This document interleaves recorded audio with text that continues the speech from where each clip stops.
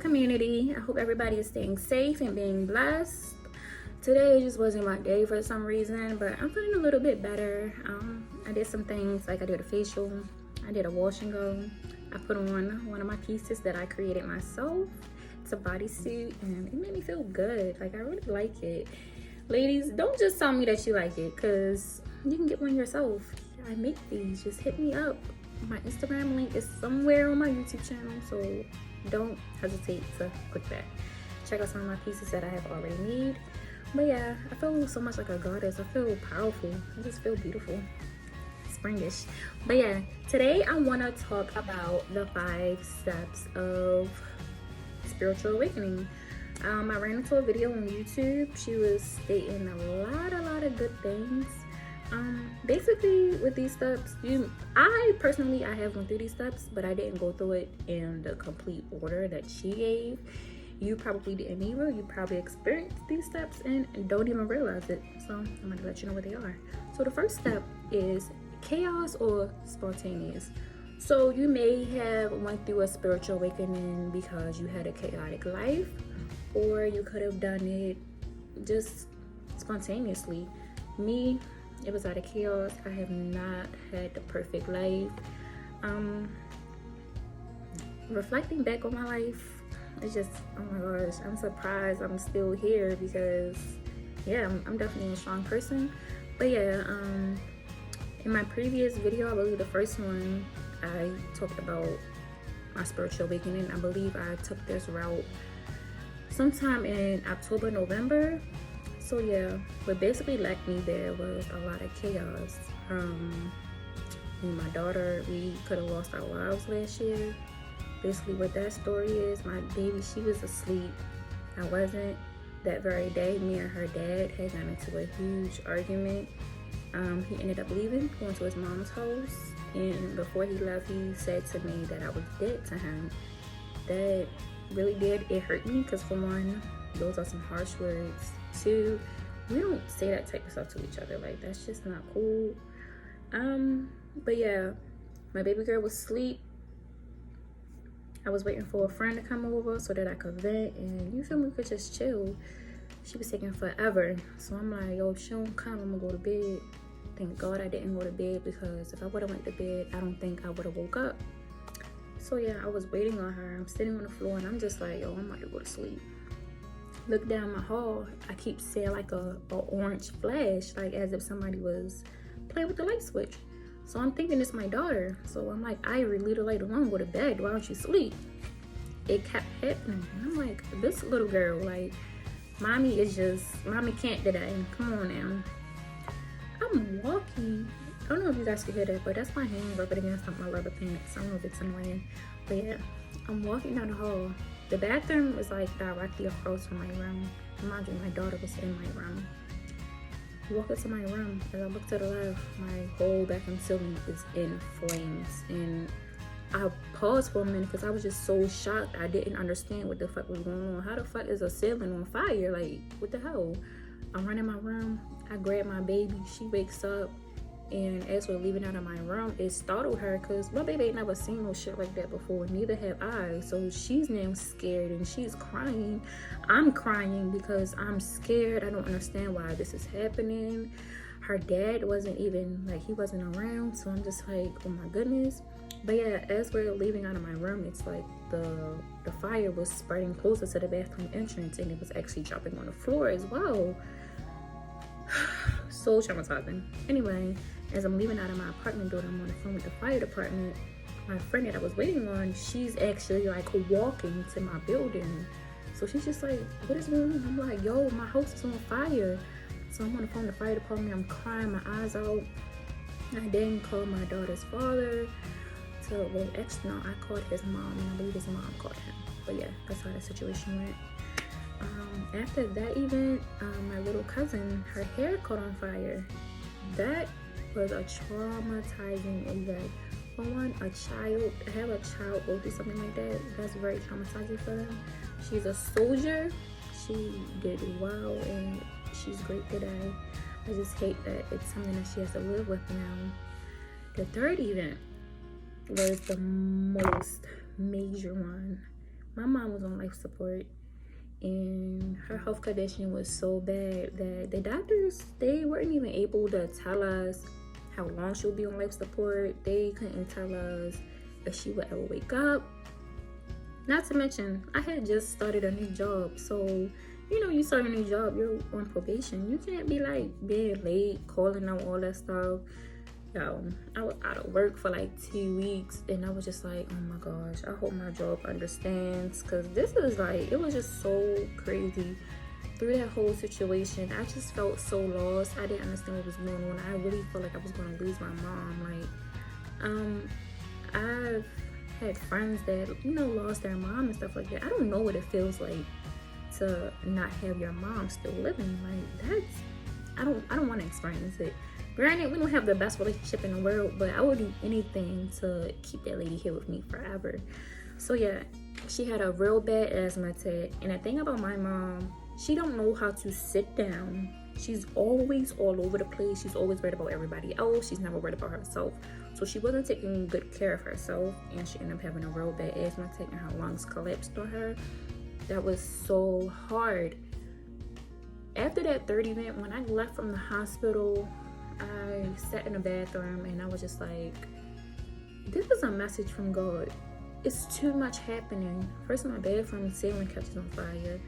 My little cousin, her hair catches on fire. Now my mom, like, it was just too much going on, and I felt like I just couldn't bear it anymore. Not even just that, I was going through relationship problems as well.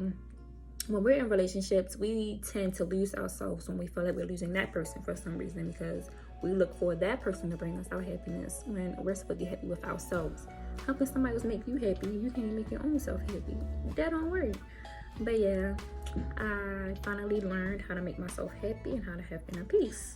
So yeah, the second step is bliss. The bliss stage is the best stage in the world. It's like the honeymoon stage of your new life. Like, you just feel connected with nature. You just feel like nothing can make you happy. Like, you just have so much gratitude. Like, you're just happy. You're really, really happy. You see numbers and different symbols. For me, when I went through that stage, it's definitely the best stage ever. I felt like I was connecting with animals, especially birds. I got this weird thing for birds now. I really like birds. What else happened? I always sing the number 3.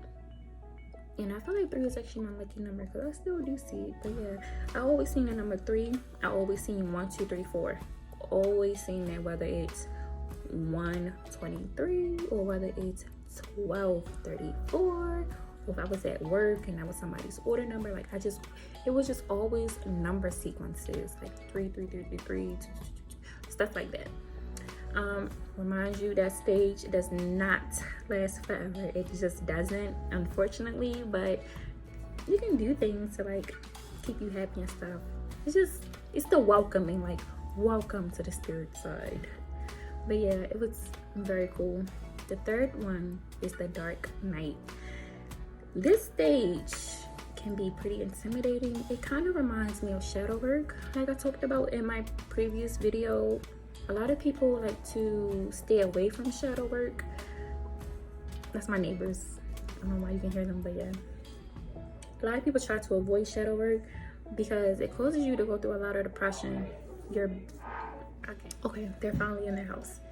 Anyway, the dark night. It basically makes you reflect on your past. What's happening in the dark night is the old you is dying.